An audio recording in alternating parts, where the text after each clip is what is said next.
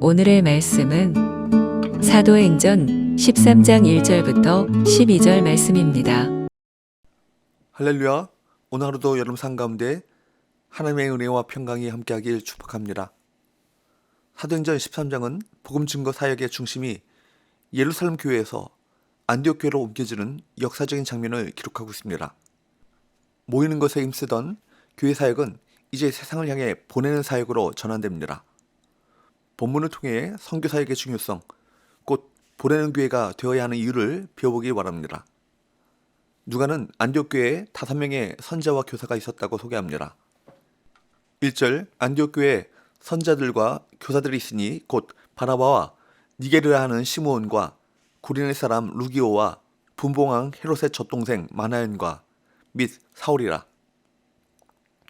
안디옥 교회에 선자들과 교사들 즉 목사들이 있었는데 바나바, 니게르라 하는 시므온, 구레네 사람 루기오, 헤롯의 젖동생 마나엔, 사울입니다.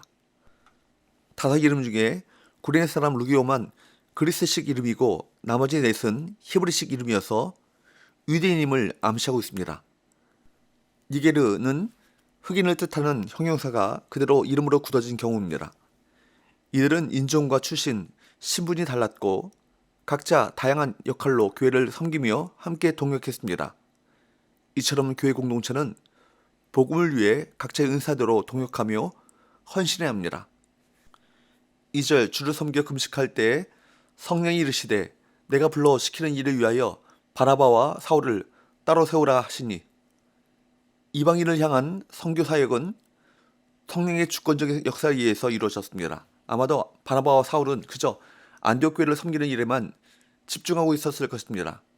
그런데 5명의 선자와 교사가 예비하며 금식하던 중에 성령께서 2 사람 바나바와 사울을 따로 세워 선교사로 파송하라고 지시하십니다. 3절 이에 금식하며 기도하고 2 사람에게 안수하여 보내니라. 이에 안디옥 교회 지도자들은 금식하며 기도한 후에 성령의 지시에 따라 2 사람에게 안수하여 파송합니다. 사실 바나바와 사울은 안디옥 교회를 부흥시킨 지도자였습니다. 이런 그들을 교회에서 내보낸다는 것은 안디옥 교회 입장에서 큰 부담이 아닐 수 없었습니다. 그럼에도 이방인 선교를 위해 순종함으로 2 사람을 파송한 것입니다. 선교 사역은 교회가 받은 지상 명령입니다. 지역교회의 성장과 안정에만 집중하는 것이 아니라 더 많은 영혼이 주님께 돌아오기를 바라면서 세상으로 일꾼들을 파송해야 할 것입니다. 성령의 보내심을 받은 바나바와 바울은 어디로 갑니까? 4절 5절 2 사람이 성령의 보내심을 받아 실루기아로 내려가 거기서 배 타고 구브로에 가서 살라미에 이르러 하나님의 말씀을 유대인의 여러 회당에서 전할세 요한을 수행원으로 두었더라. 바나바와 바울을 2 사람은 지중해 연결 관문인 실루기아에서 배를 타고 구브로를 거쳐 살라미에 이르러 유대인 회당에서 복음을 전했습니다. 그들 곁에는 마가 요한이 함께했습니다. 이처럼 그들의 선교 사역은 체계적으로 준비된 여정이었습니다. 선교 사역은 성령의 주도적인 인도하심 속에서 나아가지만 그에 맞는 계획과 준비를 해야 합니다. 순종은 아무 계획 없이 즉흥적으로 행하는 것이 아니죠. 주어진 사명에 맞춰 계획하고 준비하며 실행하는 것입니다. 바나바와 바울은 섬을 가로질러 바보라는 지역에 이르렀습니다. 그곳에서 그들은 누구를 만나게 됩니까? 6절에서 8절 온 섬 가운데로 지나서 바보에 이르러 바예수라 하는 유대인 거짓 선자인 마술사를 만나니 그가 총독 서기오 바울과 함께 있으니 서기오 바울은 지혜 있는 사람이라. 바나바와 사울을 불러 하나님의 말씀을 듣고자 하더라. 이 마술사 엘로아는 이름을 번역하면 마술사라. 그들을 대적하여 총독으로 믿지 못하게 힘쓰니. 바나바와 바울은 총독이었던 서기오 바울에게 복음을 전했는데 바예수라는 유대인 거짓 선자가 방해를 합니다. 즉 예수님을 만나 새로운 인생을 부여받은 사도 바울이 아직 예수님을 알지 못하는 총독 서기오 바울에게 복음을 전했습니다. 그리고 예수의 복음이 전해질 때 방해를 했던 사람의 이름은 바예수, 즉 예수의 아들이라는 뜻입니다.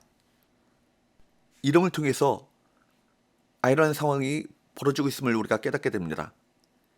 예수의 아들이라는 이름을 가진 사람이 예수의 복음을 방해하고 있습니다. 사랑하는 여러분, 우리 이름은 이제 그리스도인이 되었습니다. 그 이름에 어울리는 모습, 합당한 삶을 살아가시길 바랍니다. 성령은 바울을 통해 악행에 가득한 바예수의 눈을 멀도록 심판하십니다. 9절에서 11절, 바울이라고 하는 사울이 성령에 충만하여 그를 주목하고 이르되 모든 거짓과 악행이 가득한 자요 마귀의 자식이요 모든 의의 원수여 주의 바른 길을 굽게 하기를 그치지 아니하겠느냐. 보라, 이제 주의 손이 내 위에 있으니 내가 맹인이 되어 얼마 동안 해를 보지 못하리라 하니 즉시 양계와 어둠이 그를 덮어 인도할 사람을 두루 구하는지라. 전도자가 복음 전파를 대적하는 주체에게 직접 증거를 가한 것은 사도행전에서 이 경우가 유일합니다. 바울은 바예수의 눈이 보이지 않게 되는 형벌이 얼마 동안 주어지는 제한적인 것으로 말하는데 이는 그에게 회개의 귀를 주기 위함이었을 것입니다. 바울 자신이 그랬습니다. 바울 자신이 예수 믿는 이들을 잡아들이기 위해서 다메섹으로 가는 길에서 예수를 만나게 되고 얼마 동안 눈이 멀게 되는 과정을 통해 그가 비로소 회개하고 주님께로 돌아오게 됩니다. 그리고 12절 말씀에 보면 그 일로 인해서 총독은 놀라워합니다. 누가는 이곳에서 처음으로 사울을 바울로 소개하는데 이는 바울이 처음 예수님을 다메섹 도상에서 만났을 때 눈이 멀었던 것을 연상시키고 있습니다. 여러분, 오늘 안디옥 교회가 파송한 바나바와 바울 그리고 이방 선교가 본격적으로 시작되어지는 이 장면을 보았습니다. 모이는 교회가 행복하지만 세상을 향해 보내는 교회는 더 영광스럽습니다. 하나님께서 우리를 구원하시고 교회 공동체로 부르신 것은 하나님 나라 복음을 전하도록 하기 위함인 것입니다. 진정 우리 공동체는 모이게 힘쓰는 만큼 복음을 위해 세상으로 나아가야 할 것입니다. 기도합시다.